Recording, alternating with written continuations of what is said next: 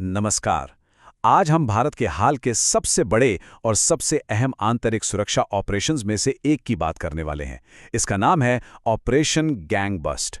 ये सिर्फ कुछ गिरफ्तारियों की कहानी नहीं है, बल्कि ये उस बड़ी कार्रवाई की कहानी है जो शायद भारत की आंतरिक सुरक्षा की रणनीति का भविष्य तय कर सकती है। जरा इन आंकड़ों पर नजर डालिए। सिर्फ 48 घंटों के अंदर 854 गिरफ्तारियां। ये कोई मामूली पुलिस कार्रवाई नहीं थी।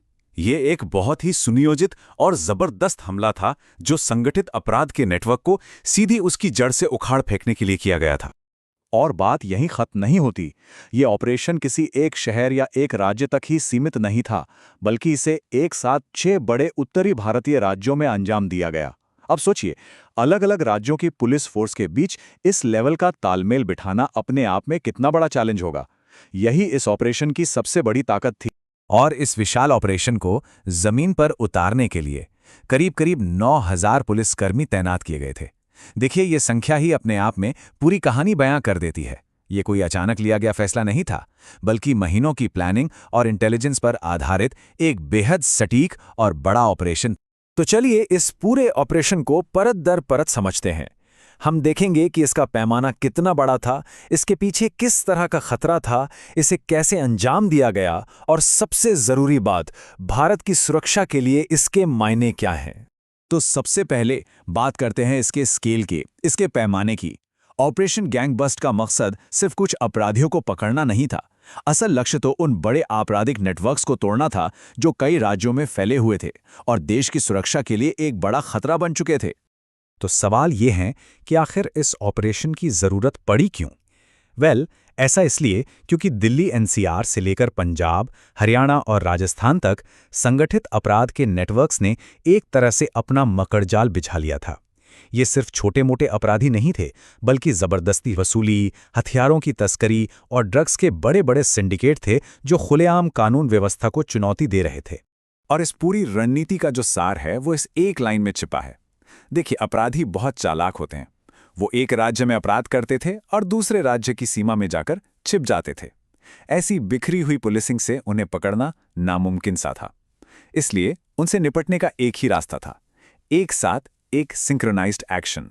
तो चलिए अब जरा इस ऑपरेशन की बनावट को समझते हैं कि इसे अंजाम कैसे दिया गया। यहां सबसे ध्यान देने वाली बात यह है कि दिल्ली पुलिस के नेतृत्व में कई राज्यों की पुलिस ने कितनी सटीकता और कितने बेहतरीन तालमेल के साथ काम किया। ये पूरा ऑपरेशन 4 बड़े स्टेप्स में हुआ। सबसे पहले इंटेलिजेंस के आधार पर टारगेट लिस्ट बनी, फिर सभी राज्यों में टीमों को तैनात किया गया। इसके बाद जो हुआ वो कमाल था। 4,000 से ज्यादा ठिकानों पर एक ही समय में छापेमारी की गई और आखिर में समन्वित तरीके से गिरफ्तारियां और जब्ती हुई। हर कदम बिल्कुल घड़ी की सुइयों की तरह सिंक्रोनाइज था। और इस ऑपरेशन के जो नतीजे आए वो वाकई चौंकाने वाले थे। 120 से ज्यादा अवैध हथियार, हजारों गोलियां, 100 किलो से ज्यादा नारकोटिक्स और भारी मात्रा में अवैध शराब जब्त हुई। अब ये सिर्फ आंकड़े नहीं हैं, ये वो सामान है जिससे ये गैंग्स अपना आतंक फैलाते थे। एक तरह से उनकी ऑपरेशनल कैपेसिटी की कमर ही तोड़ दी। और एक बात साफ कर दें, ये कार्रवाई सिर्फ छोटे-मोटे गुर्गों पर नहीं थी। इसने सीधे-सीधे कपिल सांगवान, काला जठेरी और नीरज बवाना जैसे कुख्यात और बड़े गैंग्स के नेटवर्क पर चोट की। संदेश बिल्कुल साफ था, कोई भी गैंग या गैंगस्टर कानून के शिकंजे से बाहर नहीं है। तो अब आते हैं सबसे अहम सवाल पर। इन गिरफ्तारियों और जब्ती के अलावा इस कार्रवाई का असली और दूरगामी महत्व क्या है? क्योंकि यह मामला सिर्फ क्राइम स्टैटिस्टिक्स से कहीं ज्यादा बड़ा है। देखिए, इस ऑपरेशन का असली मकसद सिर्फ गैंगस्टर्स को पकड़ना नहीं था, बल्कि उनके पूरे इकोसिस्टम को तबाह करना था। मतलब वो लोग जो उन्हें पैसा देते हैं, जो उन्हें हथियार सप्लाई करते हैं और जो उन्हें छिपने में मदद करते हैं। ये समस्या को पत्तों से नहीं, बल्कि जड़ से खत्म करने की एक कोशिश थी। इस ऑपरेशन ने भविष्य के लिए एक बहुत सफल मॉडल या कह लीजिए कि एक ब्लूप्रिंट तैयार कर दिया है। इसने ये साबित कर दिया है कि जब अलग-अलग राज्यों की पुलिस एक साथ मिलकर एक मिशन पर काम करती है तो वो किसी भी बड़े से बड़े नेटवर्क को ध्वस्त कर सकती है। और हाँ, इस कार्रवाई का एक बहुत बड़ा मनोवैज्ञानिक असर भी है। एक तरफ ये अपराधियों के मन में डर पैदा करता है, तो दूसरी तरफ ये आम जनता के मन में सुरक्षा और विश्वास की भावना को मजबूत करता है। ये एक सीधा संदेश है कि कानून का राज कायम है और रहेगा। इस ऑपरेशन की टाइमिंग भी बहुत सोच समझकर तय की गई थी।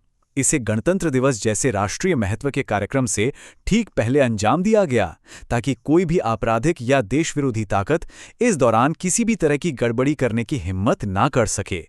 चलिए अब आगे बढ़ते हैं और देखते हैं कि यह ऑपरेशन सिर्फ एक बार की घटना नहीं है, बल्कि ये कानून व्यवस्था को लागू करने के एक बड़े और सिस्टमैटिक अप्रोच का हिस्सा कैसे है।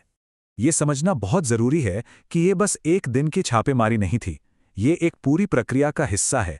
ऑपरेशन से पहले महीनों तक इंटेलिजेंस जुटाई गई, ऑपरेशन के दौरान रियल टाइम मॉनिटरिंग हुई और अब ऑपरेशन के बाद कानूनी कार्रवाई और लगातार निगरानी का काम जारी रहेगा। और ये जो अप्रोच है, ये भारत को ग्लोबल पुलिसिंग स्टैंडर्ड्स के और करीब लाता है। जैसे इंटरपोल या यूरोपोल अंतर्राष्ट्रीय स्तर पर मिलकर बड़े ऑपरेशंस करते हैं, ठीक उसी तरह भारत अब अपने घरेलू स्तर पर संगठित अपराध को एक राष्ट्रीय सुरक्षा के खतरे की तरह देख रहा है और उससे उसी तरह निपट रहा है।